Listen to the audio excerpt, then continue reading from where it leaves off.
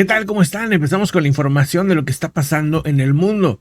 Y bueno, de última hora se sabe que Casa Blanca asegura que Irán estaría listo para atacar a Israel. También se habla de un lago que podría asfixiar a millones de personas. Ahorita vamos a platicar de ese tema. Pero primero empezamos con esta imagen, una imagen sorprendente de la Fuerza de Defensa de Israel, en la que habría lanzado un ataque aéreo por la mañana contra un vehículo cerca de la ciudad de Aita al-Jabal, según lo que se reporta. Esto en el sur de Líbano, donde resultó la eliminación de Mohamed Mahmoud Nek, un miembro de alto rango de la Fuerza de Cohetes y Misiles de Hezbollah, quien se cree fue el responsable de importantes ataques hacia Israel con misiles y con drones. ¿Pero qué dice Estados Unidos? ¿Qué es lo que ve la inteligencia de Estados Unidos respecto a una potencial guerra entre Irán y Israel que no ha detonado, que parece estar al borde de suceder, pero no se da hasta el momento? El supuesto contraataque que habría prometido Irán hasta el momento no se ha dado, pero la Casa Blanca advierte que Irán estaría listo. Vamos al detalle. Vamos primero a el mapa. Bueno, desde Irán se están preparando y Estados Unidos cree, menos con la inteligencia, han podido observar que Irán estaría dispuesto a hacer algo contra Israel. El portavoz de Seguridad Nacional de la Casa Blanca el día de hoy, 23 de agosto, John Kirby ha dicho que después de una llamada telefónica con o entre el secretario de Defensa de Estados Unidos, Lloyd Austin, y también Yoav Golan, el ministro de Defensa de Israel, han estado discutiendo sobre los continuos intercambios de fuego entre la frontera de Israel y el Líbano y el riesgo de una escalada por parte de Irán, Hezbollah, grupos terroristas respaldados por Irán en todo el Medio Oriente, asegurando que se ha confirmado el compromiso de Estados Unidos con la seguridad de Israel y dice compartir la idea de proteger el personal y las instalaciones estadounidenses que hay en Medio Oriente. Y sin irnos a otra zona muy lejos de ahí mismo en Irán se han reportado en estos momentos una detención. Fíjense, o sea, a pesar de que Irán, patrocina a varios grupos terroristas en Medio Oriente, hay otros grupos terroristas que están en contra de Irán. Y uno de ellos es el grupo de el EI, el Estado Islámico, también conocido como ISIS, y tiene otros nombres más. Irán anuncia que han detenido a 14 miembros de ISIS en varias provincias iraníes. El Ministerio de Inteligencia de Irán asegura el día de hoy que una serie de redadas que se hicieron al mismo tiempo en distintos puntos de Irán dieron con el resultado de la detención de 14 personas presuntamente están afiliadas al Estado Islámico o a ISIS y que estaban planeando o estaban al borde de hacer ataques terroristas en diferentes puntos. El comunicado publicado por la Agencia Oficial de Noticias de la República Islámica, el ministerio dijo que las fuerzas de seguridad habían llevado a cabo arrestos en las provincias de Al-Borz, Fars, Khuzestán, Teherán, sin especificar qué es lo que estaban haciendo o cómo encontraron que eran sospechosos. No dieron detalles, pero lo que sí es que este grupo, ISIS Khorasan, tiene una sede en Afganistán. Este habría sido fundado en el 2015 y son excombatientes de varios grupos militares, incluidos talibanes y gente de Al-Qaeda, que se reunieron en este nuevo grupo, parte de ISIS, un brazo más armado de los de ISIS, considerado una de las ramas más violentas del grupo del Estado Islámico y que ha llevado a cabo ataques en Afganistán, en Pakistán, contra civiles, principalmente contra chiitas. Por eso son enemigos de los iraníes, porque atacan a los chiitas. ISIS Khorasan se atribuyó a las explosiones de enero que sacudieron la ciudad de Kermán en el centro del sur de Irán. Las explosiones ocurrieron cerca del cementerio donde está enterrado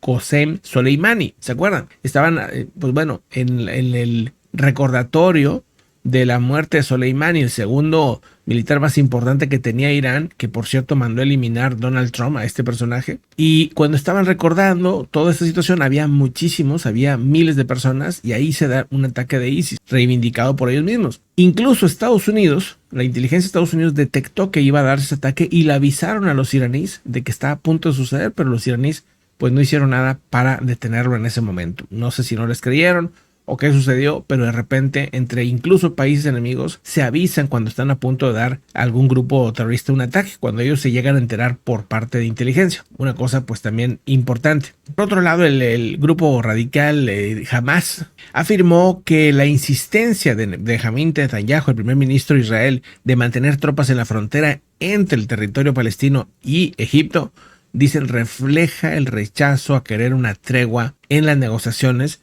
y esto pues bueno, simplemente no parece que vaya a suceder.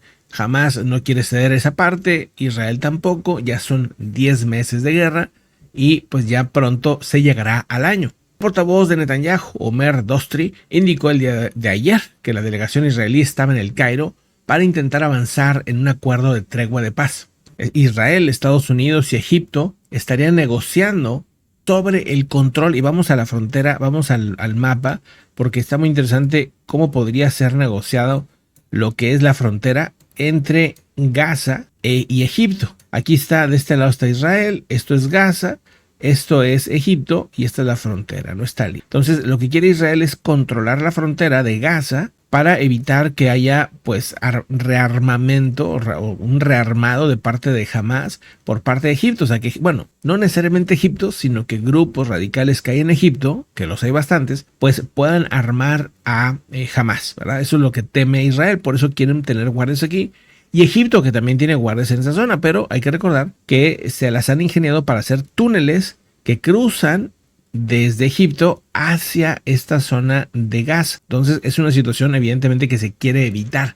Por eso se está dando estas reuniones y según lo que se sabe, representantes de estos tres países están en este momento sentados tratando de llegar a un acuerdo. El jefe del Servicio de Inteligencia Exterior del Mossad, David Bernea, el director de Seguridad de Inteligencia Interior, Shin Bet, Ronen Bar, y la División Estratégica del Ejército Israelí, Eliezer Toledano, han sido enviados por el gobierno de Benjamín Netanyahu para pues estar negociando, ¿verdad? Lo que es a lo largo de lo que llaman el corredor de Filadelfia, que por cierto Israel ya lo tiene ocupado desde mayo y desde ahí pues están controlando esta zona. La delegación de Washington, por cierto, de Estados Unidos, presiona a Israel para que acepte la retirada del corredor de Nestarim y de Filadelfia, con la idea de que haya una especie como de grupo de seguridad internacional, como fuerzas internacionales que pudiera haber en esta frontera. O sea, en lugar de que sea específicamente Israel, que haya aquí tal vez cascos azules, una cosa así, y que ellos sean los que vigilen y no necesariamente Israel. Eso es lo que se está proponiendo por parte de los Estados Unidos. Pero ¿qué discusión han tenido Ben-Gvir con Yoav Golant?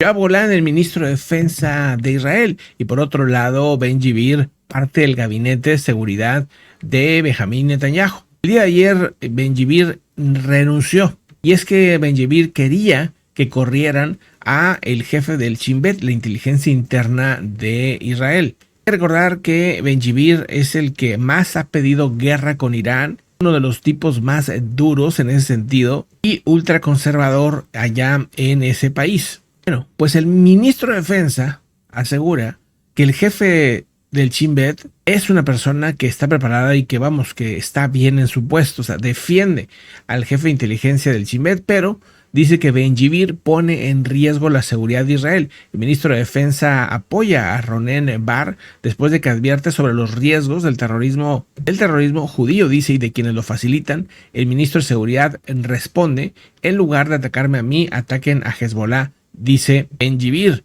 Bueno, pues ahí está, ¿no?